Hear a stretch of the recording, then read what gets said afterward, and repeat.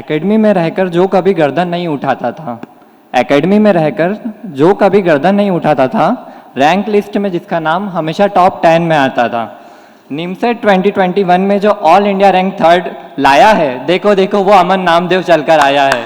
Please welcome all India ranking third Aman Namdev.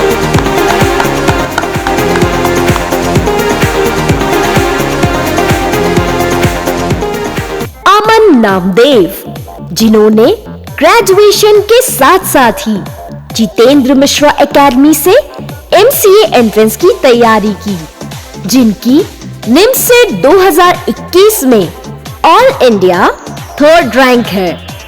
Aman Namdev Indore Madhya Pradesh के रहने वाले हैं। मैं सर रिक्वेस्ट करता हूं कि सर स्टेज पर आएं और अमन नामदेव को ऑल इंडिया थर्ड रैंक की ट्रॉफी प्रदान करें।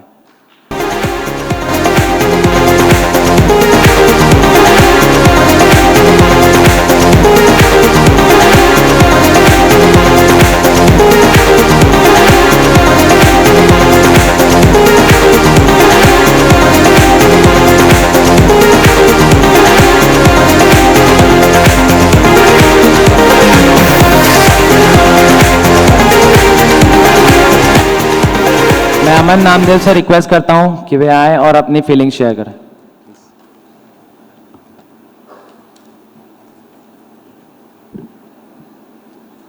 सबसे पहले माँ शारदे को नमन, सर और मैम को चरण स्पर्श और सभी को वंदे मातरम। जैसे मेरा कोई अलग स्टोरी नहीं है, बाकियों की तरह मैंने भी 11th-12th में तैयारी करके जो बोर्ड एग्ज़ाम क्लियर करते हैं वही एग्ज़ाम क्लियर करा था। पापा का सपना था कि मैं एग्रीकल्चर फील्ड में आईसीआर के थ्रू कुछ क्लिनिकल रिसर्च करूं, लेकिन उस समय तो ठीक से मुझे प्रॉपर गाइडेंस नहीं मिला, ना ही मुझे कोई ऐसा टीचर मिला कि जो एक प्रॉपर गाइडेंस दे सके और उस एग्ज़ाम के पॉइंट ऑफ व्यू से मेरी तैयारी करा सके। तो उस फील्ड को तो मैं बहुत बुरी तरह से असफल रहा, तो बहुत ज़्यादा डिमोटिवेट हुआ। आगे भी ऐसा सोचने लगा कि अब लाइफ के कोई ऑप्शन नहीं है। तो 12th के बाद कुछ समय के लिए पढ़ाई भी छोड़ा मैंने। जो लोकल इंदौर का रहने वाला था, तो पापा जो काम करते थे उसी फील्ड में जाने लगा। लेकिन फिर घर वालों ने समझाया कि चल पढ़ाई को तू कंटिन्यू कर, तो होलकर कॉलेज में एडमिशन ले लिया। उस समय गवर्नमेंट कॉलेज था तो ले लिया मैंने कि एक पढ़ा लिखा रहूँगा तो चलेगा।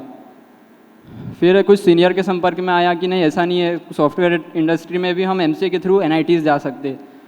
तो सर से काउंसलिंग लिया मैंने। बाहर कुछ तो भी रूमर्स उड़ता था कि यहाँ पे जो जेई के जो असफल लोग हैं वही आते और वही लोग एनआईटी को फोड़ते।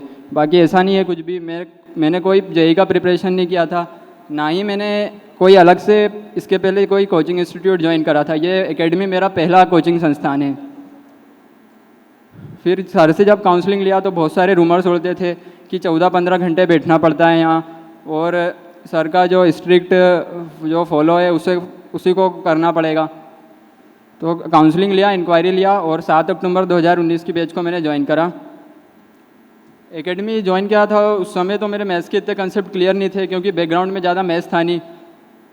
जब यहाँ आया एकेडमी में मैंने टाइम देना स्टार्ट करा, सर के जो टीचिंग टेक्निक है उसको फॉलो करा, और जो सुबह जो डीटी लगता था वो डीटी लगाया। देन उसका जो कमी पेशी वो बुक से दूर करा। फिर धीरे धीरे एकेडमी को टाइम देना स्टार्ट करा तो मेरे कंसेप्ट क्लियर हुए, और जो टाइम मैनेजमेंट और माइंड मैनेजमेंट, स्पीड, एक्यूरेसी, वो सर के टेस्ट सीरीज़ के थ्रू दूर करा मैंने। सुबह से शाम तक का जो डेली रूटीन था, जो सुबह हम आते थे, सबसे पहले राष्ट्र वंदना, फिर सरस्वती वंदना, योग, ध्यान, प्राणायाम, उसके थ्रू बहुत सारे मेंटल चेंज आए, और मेंटल टफनेस उसी से बढ़ा मेरा। यहाँ आने के बाद बहुत सारी चीज़ें ऐसी सीखी मैंने जिसका सीधा फ़ायदा मेन एग्ज़ाम में तो मिला, साथ ही साथ अब मैं अपनी लाइफ में यहाँ से जो 3 बड़ी चीज़ें लेके जा रहा हूँ। सबसे पहला, अपने राष्ट्र के प्रति कुछ करने की भावना। दूसरा, यहाँ से जो मैंने डिसिप्लिन सीखा हैगा, मतलब आगे एक जो मेरे मन में बात है कि यहाँ से जो सबसे बड़ी चीज़ लेके जा रहा हूँ कि बिना डिसिप्लिन के सक्सेस नहीं मिल सकता। शायद आगे भी मैं उसे कैरी ऑन रखूँगा।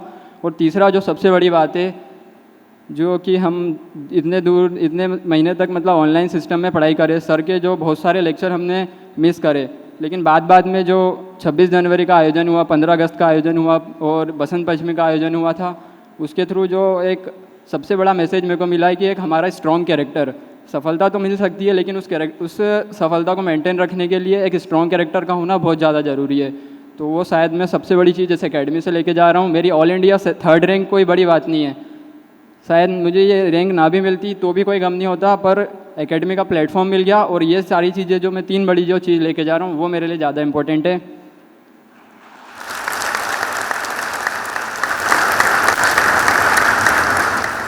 लॉकडाउन के टाइम जब हम एकेडमी से दूर थे तो, और जो लास्ट के मंथ में जो एग्ज़ाम के टाइम जो रूमर्स उड़ते थे उससे थोड़ा नेगेटिव हुआ था, और मेरे लास्ट में शायद मार्क्स भी उसी के कारण जो फ्लक्चुएट होने लगे थे। फिर सर ने हमें एक 4 या 5 दिन पहले एक अलग से एक लेक्चर दिया था, जिसमें सर ने और पहले भी बहुत बार बताया था कि ऑनलाइन दुनिया से दूर रहो, यूट्यूब, सोशल मीडिया, इन दुनिया से दूर रहो, क्योंकि वहाँ कुछ तो भी रूमर्स उड़ाते हैं, कुछ तो भी अलग अपनी स्ट्रेटेजी बताते। मैं जो बता रहा हूँ उसे फॉलो करो और FT में उसे लगाओ। तो फिर मैंने उन चीज़ों पे ध्यान देना बंद करा और सोशल मीडिया से दूरी बनाए रखी। कुछ तो भी मतलब बाहर के लोग, कुछ इनोसेंट बच्चों को जो अपना शिकार बना चुके थे, उनके बारे में पता चला, तब जाके विश्वास हुआ कि नहीं, एकेडमी से ही सफलता मिली जा सकती है, बाहरी दुनिया से नहीं हो सकता कुछ भी। क्योंकि सबसे बड़ा एकेडमी का जो स्ट्रॉन्ग वो है कि आइसोलेशन में रहकर ही पढ़ाई करी जा सकती है। यहाँ से जो सर ने हमारे लिए फेज़ 10 का FT बनाया था, और जो बाकी फेज़ 1, फेज़ 2 और फेज़ 3 और अलग अलग फेज़ में जो FT बनाए थे उससे बहुत ज़्यादा फ़ायदा हुआ। फेज़ 10 का जो FT था, मैथ्स, रीजनिंग, कंप्यूटर, इंग्लिश, पूरा का पूरा ऐसा पेस्ट हुआ, लेकिन उसके लिए सबसे ज़्यादा ज़रूरी था एकेडमी का वातावरण। उस एकेडमी के माहौल में ही मैंने अपनी जो ऑनलाइन में मेरी डबल डिजिट में गलतियाँ होती थी, लेकिन यहाँ जब एकेडमी आया, पेपर देना स्टार्ट करा और सर के जो डायरी वाले पॉइंटों को अप्लाई करा, वो एकेडमी के माहौल में ही पॉसिबल है, घर पे तो इम्पॉसिबल है। फिर धीरे धीरे करके एक्यूरेसी मेंटेन हुआ, मार्क्स भी ग्रेजुअली अप हुए। कभी कल्पना भी नहीं करी थी कि मैं 850 तक टच कर जाऊँगा मैं निमसेट में। फिर उस मार्क्स को गेन करना ही बहुत बड़ी बात थी मेरे लिए। लास्ट में सर के लिए मैं कुछ बोलूँगा, यहाँ से मैं जो मेरे रियल फील है उसके बारे में कुछ बोलूँगा। नहीं पता कि हम आगे NITs की वो अलग सी दुनिया में हम फर्जी, नालायक और लापरवाह बच्चे कैसे रह पाएंगे, जिन्हें सर से हर छोटी छोटी बातें भी 10-10 बार पूछने की आदत है। कोई भी कुछ भी गलत होता था तो मन में विश्वास था कि कोई बात नहीं, सर है हमारे साथ, सर है हमारे साथ, एकेडमी है हमारे साथ, कुछ गलत नहीं होगा। जिनको आदत है यस सर बोलने की, 7-7 दिन पनिशमेंट में रहने की, और सबसे बड़ी बात, जिनको आदत है सर से बार बार डांट खाने की, इन सब चीज़ों की आदत तो है, लेकिन सर बाहर की वो दुनिया एकेडमी के बिना उन चीज़ की आदत नहीं। पहले तो जिस कॉलेज को पाने का एक जुनून था, मन में बहुत इच्छा थी, वो तो मिल गया, लेकिन अब ऐसा लग रहा है कि हमें अपनी एकेडमी दोबारा से मिल जाए। हमें अपने एकेडमी की ही आदत है।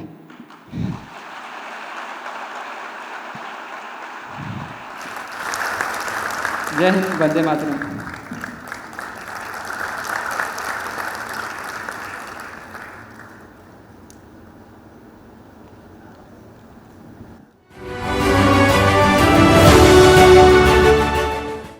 MCA में एडमिशन के लिए हुई NIMCET 2021 परीक्षा के रिजल्ट मंगलवार को घोषित किए गए, जिसमें इंदौर की जितेंद्र मिश्रा एकेडमी के स्टूडेंट्स ने देश भर में परचम लहराया है। ऑल इंडिया टॉप 10 में 8 स्टूडेंट और टॉप 20 में 18 स्टूडेंट जितेंद्र मिश्रा एकेडमी के रहे। साथ ही NIT की सभी 951 सीटों पर जितेंद्र मिश्रा एकेडमी के 520 स्टूडेंट्स को सफलता मिली है।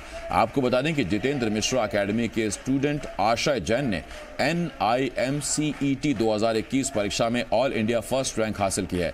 जितेंद्र मिश्रा एकेडमी के स्टूडेंट्स की सफलता का राज यहाँ पढ़ाई का माहौल है, जहाँ सुबह योग, ध्यान, प्राणायाम, सरस्वती वंदना, राष्ट्र वंदना के साथ पढ़ाई की शुरुआत होती है। साथ ही जितेंद्र सर हर एक स्टूडेंट को बेसिक लेवल से लेकर एडवांस लेवल तक पढ़ाने पर जोर देते हैं। उनकी सटीक रणनीति और सही मार्गदर्शन से ही यहाँ के स्टूडेंट्स को सफलता मिल रही है। इसके साथ ही जितेंद्र मिश्रा सर ने मेन एग्जाम पैटर्न पर आधारित 948 टेस्ट सीरीज तैयार की है। NIMCET 2021 परीक्षा में पूछे गए 120 सवालों में से 115 सवाल इन्हीं टेस्ट सीरीज के पैटर्न पर आधारित थे। यही वजह है कि जितेंद्र मिश्रा एकेडमी के 520 स्टूडेंट्स का चयन हुआ है। जो पेपर सर बनाते उनसे हमको बहुत ज़्यादा फ़ायदा मिला। मतलब एग्ज़ाम में सिर्फ हमको ऐसा ही लगा था जो हम डेली यहाँ पेपर दे रहे वैसा ही एक पेपर बस वहाँ दे के आना है।